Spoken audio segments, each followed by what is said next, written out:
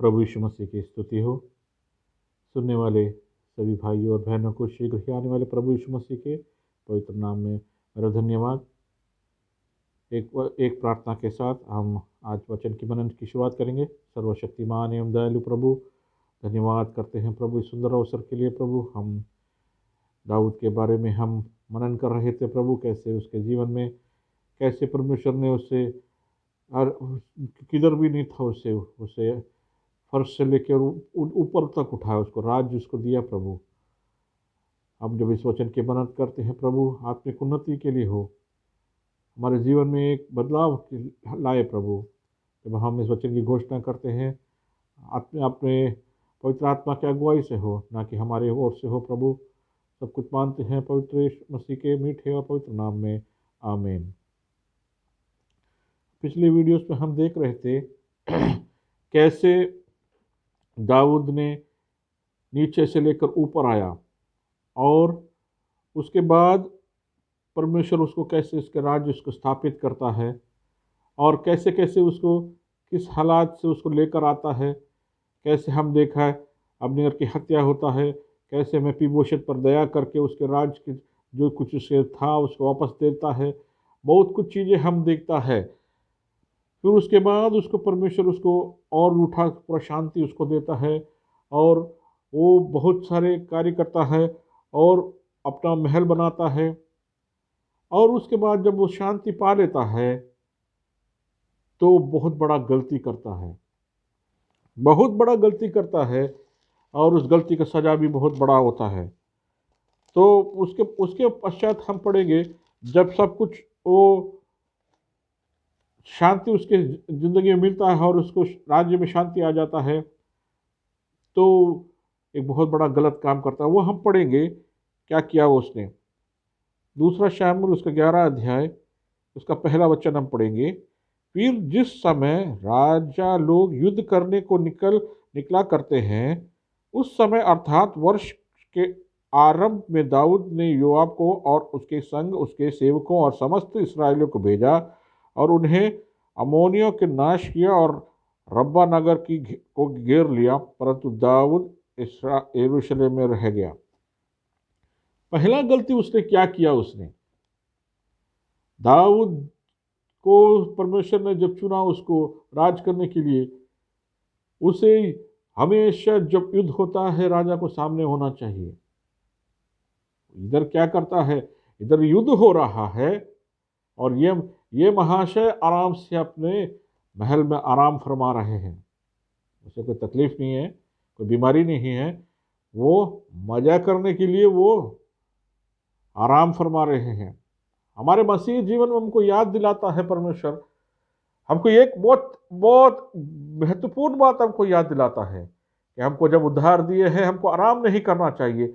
जब हमको आराम करता है, हमारा आराम हराम है। हमको परमेश्वर ने कहा है कि उसके संगति में रहना है, हमेशा हमेशा उनसे प्रार्थना करना है, वचन की अभ्यास करना है। हम एक युद्ध भूमि में हैं, हमारे सामने वाले बहुत शातिर है, हमको किसी प्रकार हमको मार देगा, हमको कैसी भी हमको तकलीफ में डाल सकता है। हमको हमेशा चौकन्ना रहना चाहिए।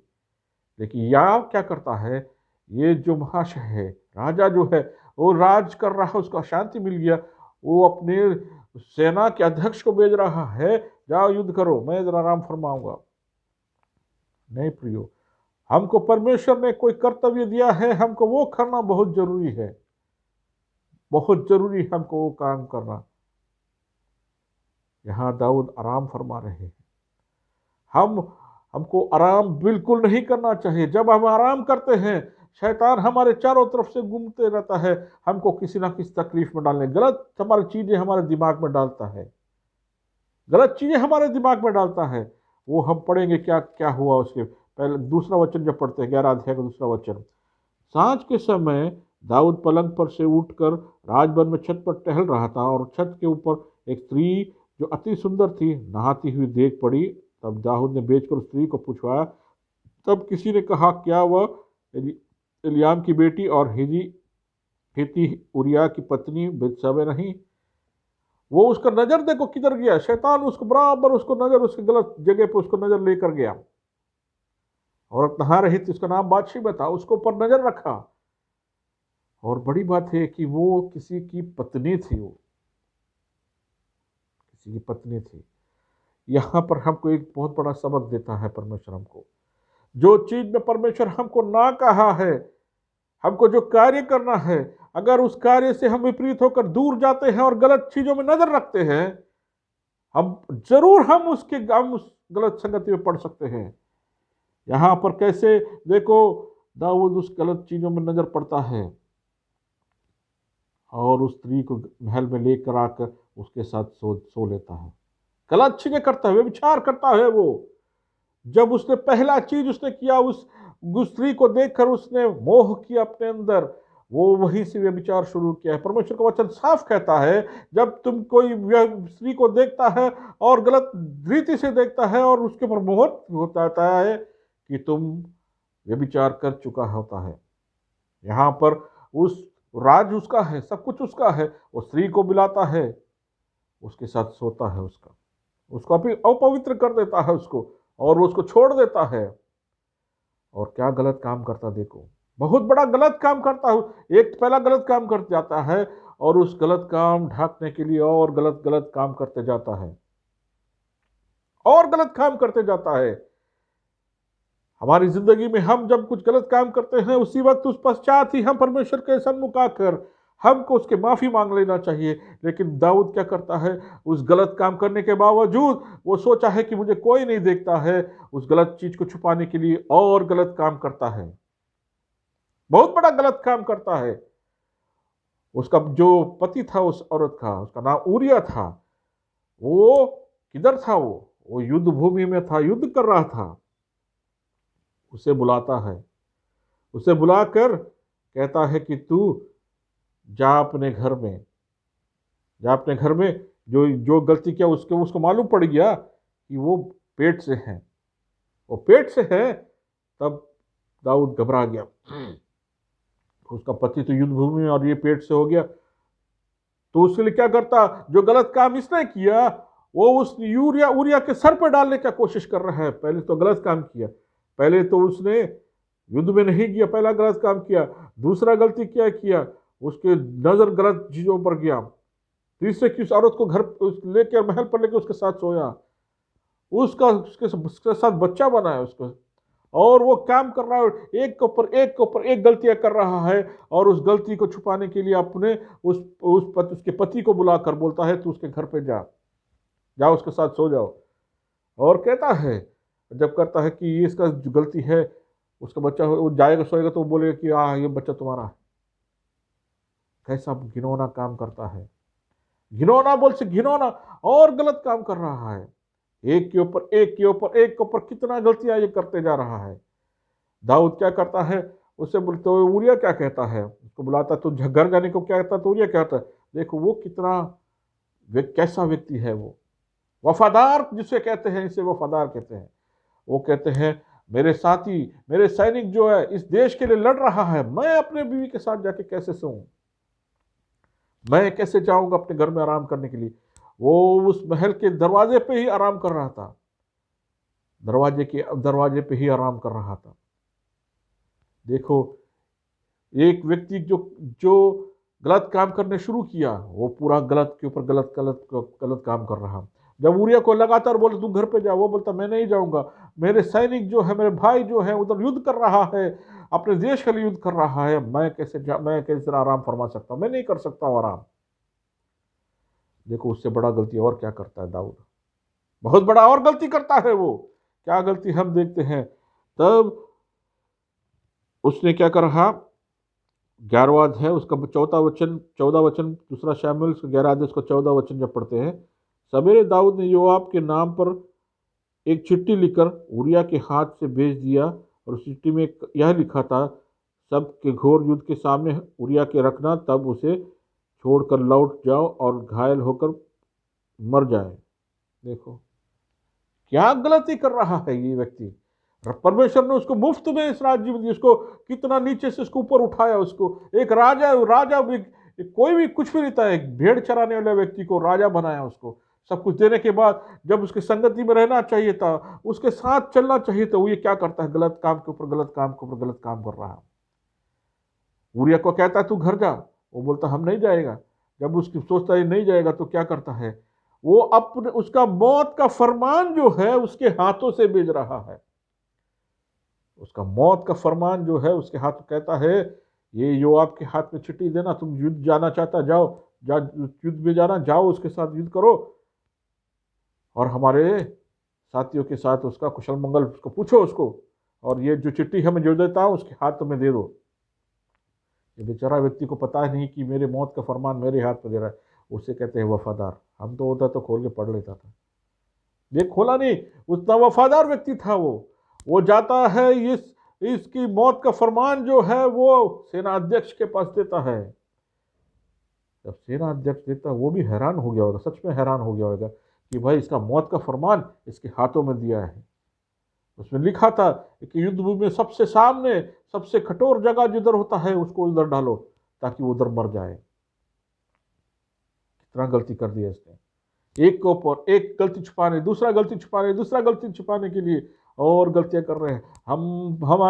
हमको ये सबक मिलता है मेरे प्रियो, एक बार हम अपने मसीह जीवन में थोड़ा से भी डगमगा जाते हैं तो हम उसी वक्त अगर क्षमा नहीं मांगते हैं उस गलतियां छुपाने के लिए और घंटे में हम जाते जाएंगे।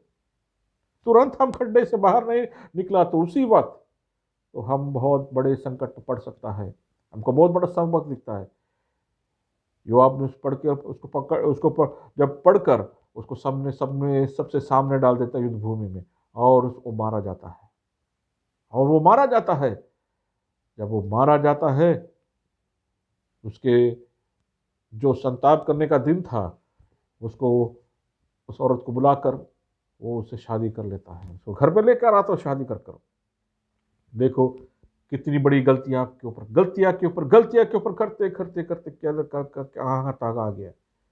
जो चीज परमेश्वर ने उसे नहीं कहा था, एक गलती की वजह से वो और जाता है।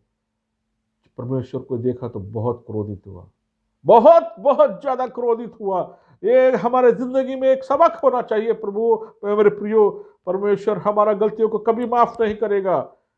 जो गलतियां करते हैं अगर हम उसके सन्मुख आकर गिर कर हम उससे माफी मांग लेते हैं, परमेश्वर हमारा माफी, लेकिन ये जो कर रहा है गलतियों के ऊपर गलतियां और बहुत बड़ा गुनाह कर देता है। एक निर्दोष व्यक्ति को मार देता है। ये परमेश्वर ने राजा उसको बनाकर, देखो जो ये इसको इधर से इसको नीचे से इसको ऊपर उठा कर लेकर आता है, राज देता है, राजा बनाता है और गलती कर देता है। परमेश्वर का क्रोध उस पर प्रकट हो जाता है।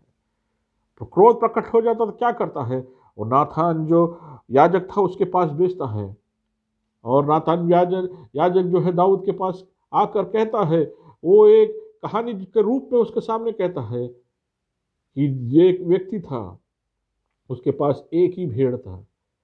एक अमीर व्यक्ति था, उसके पास बहुत सारे भेड़ थे। जब उस अमीर व्यक्ति के घर में मेहमान आया तो इस गरीब व्यक्ति का एक भेड़ को लेकर उसने उसे एक त्योहार बनाया उसके साथ उसको वो व्यक्ति का अपना नहीं लिया, इस गरीब व्यक्ति का एक भेड़ था उसको लेकर उसने उसके त्योहार बनाने के लिए ले लिया। तो दाऊद को क्रोध होता है, कहता है कि कौन व्यक्ति है उसको, वो तो मरने लायक है, उसको मारना चाहिए। तो नातान जो याजक जो कहते हैं कि तुम ही है वो व्यक्ति, तुम्हारे पास तो सारे राज है, एक निर्दोष व्यक्ति को तूने मारा है, इसकी सजा तुम्हें बहुत ज्यादा भुगतना पड़ेगा, बहुत ज्यादा सजा भुगतना पड़ेगा। बहुत गुस्से से नातान याजक उसको कहता है। तब उसको याद आता है कि मैंने क्या गलती किया है, बहुत बड़ी गलती किया है। हम आगे देखेंगे उसका गलती का सजा परमेश्वर उसको क्या देता है, क्या देखता है हम उसको, कि जब वो पेट से होता है उसको बच्चा जन्म, एक लड़का जन्म होता है, प्रभु को परमेश्वर को बहुत क्रोध हो जाता है, उसे बीमार कर देता है। बीमार करने के बाद क्या होता है, वो दाऊद जो राजा है उस बच्चे के लिए रोता है, परमेश्वर के सन्मुख आकर रोता है, लेकिन परमेश्वर उसको मार देता है, उस बच्चे को जो पाप में जन्मा है, जो पाप था उसको मार दिया उसको। हमें जिंदगी में बहुत बड़ा सबक मिलता है। हम आने वाले वीडियो में हम देखेंगे दाऊद की जो गलती किया उसको क्या क्या सजा मिलता है। एक सजा हम भी एक देखता है कि उसे उस बच्चे को मार देता है। हमारा परमेश्वर जो है, हमारा इकलौता हमारा जो परमेश्वर है, अपने इकलौते बेटे को बेचकर हमें बचाने के लिए वो बड़ी कुर्बानी दिया है प्रियो। क्या के लिए? काहे के लिए? पाप के लिए। पाप के लिए। हमारा जो हम देखते हैं, उस जो दाऊद जो है वो परमेश्वर के चरणों में आकर गिर कर उसे माफी मांगता है। परमेश्वर कहता है कि मैं तुझे माफ कर देता हूं, लेकिन उसको सजा तो भुगतना पड़ेगा। माफ तो करता हूं। हमारे लिए भी यही है कि हमारे लिए जो हम पापी थे, पाप का सजा जो मृत्यु था, परमेश्वर कहता है उस पाप का सजा तो है मृत्यु ही है। मृत्यु ही है। वो मृत्यु जो हमको सहना था, वो कलवरी क्रूस पे प्रभु यीशु मसीह सह लिया। प्रभु यीशु मसीह सह लिया। हमको आजादी दे दिया मेरे प्रियो। हम जो गुनहगार था, हम दाऊद जैसे इससे बड़े बड़े हम जैसे गुनहगार थे, हमको उस गुनाह का सजा मृत्यु था, अनंत काल का नरक में जाना था। वो सारे सजा जो है हमारा प्रभु यीशु मसीह संसार में आकर हमारे लिए सारा कष्ट उठाकर हमारे लिए वो दंड सहा उस कलवरी क्रूस पर, हमको उस सजा से मुक्ति दे दिया है, हमें उद्धार दिया है, हमारा सजा को माफ किया है। मेरे प्रियो, ये कोई मामूली चीज नहीं है। हम परमेश्वर जो है कि पापियों से प्रेम करता है, लेकिन पाप से नफरत करता है। हम जैसे पापी मनुष्य को परमेश्वर ने बहुत प्रेम किया, लेकिन हमारे पापों के खातिर उसने उस कलवरी क्रूस पर अपना बलिदान दे दिया, ताकि हमको उस पाप से छुड़ाकर हमको शुद्ध कर सके। उस महान परमेश्वर को हम कितना भी दंडवत करें, कितना भी स्तुति करें, कितना भी आराधना करें, वो कमती है।